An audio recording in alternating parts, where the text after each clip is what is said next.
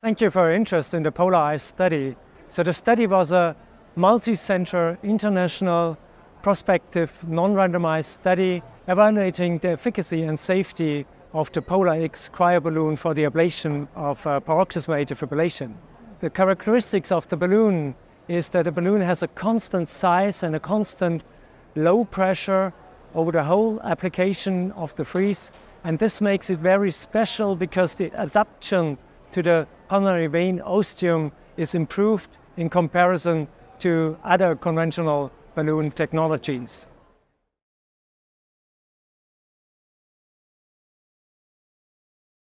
The composite endpoint of the study is evaluating both acute safety events and chronic safety events. And acute safety events, we were collecting a lot of procedural and device-related complications, for example, such as myocardial infarction, death, transient ischemic events, gastroparesis or phrenic nerve injuries, and other complications.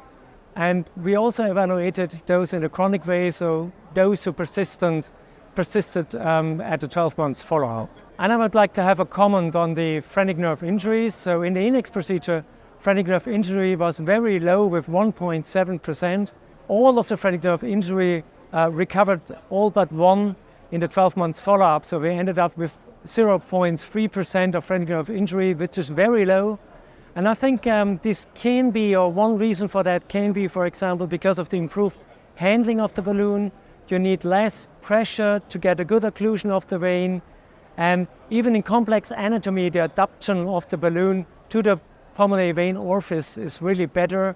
So this might be, I think, an improvement in the technology so that the incidence of the phrenic nerve injuries is very low.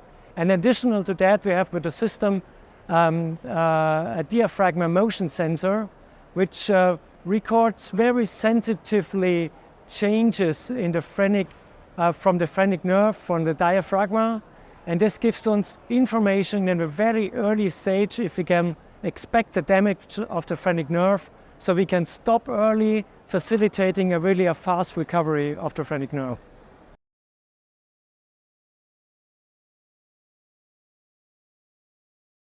So after 12 months follow-up, freedom from atrial fibrillation was documented in 88%, and freedom of any arrhythmia was documented in 84%.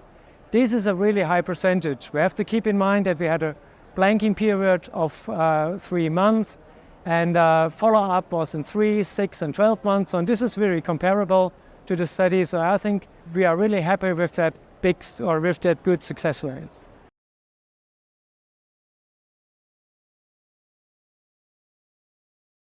I would be glad to put all this recurrence rate into a clinical context. So just remember what I said, 84% is a really high number. So it is a really good success rate. And this is because the balloon has a different handling, and because it's also proof that the cryo energy in itself, in combination with that particular balloon, can really get durable PV isolations and durable lesions. If we compare those results with conventional or standard balloons, then we have to really be careful that we're taking the generation of the balloon into account. So for example, the Fire and Ice study, they included generation 1 and generation 2 cryoballoons, and also the randomized freeze-IF trial also included generation 1 and generation 2 balloons, and they reported roughly about 75% success rates. And if we take only studies into account, which includes the newer generation balloons, we are arriving about 82%. Still, the 84% in that study remain. And this is an international multicentre study, and the number of inclusion was limited for each centre.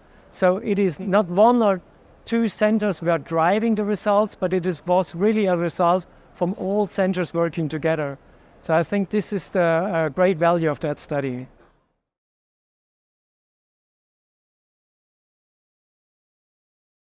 We are talking now about a polar fit catheter, which is able to be oversized from 28 to 31 millimeters, and how the patient selection can be different with that balloon. And while I have to tell you that we don't have to decide in advance which balloon we can use, because we can immediately oversize the balloon when we have an eligible patient, for example. If you if you see the anatomy for the patient, you see that he has a big pulmonary vein orifice, then you just press a button and can oversize the balloon and can therefore increase your lesion, your ablation lesion, or increase, for example, if you are afraid of injuring the phrenic nerve, increase the balloon, then you can stick more outside the vein and go for the ablation.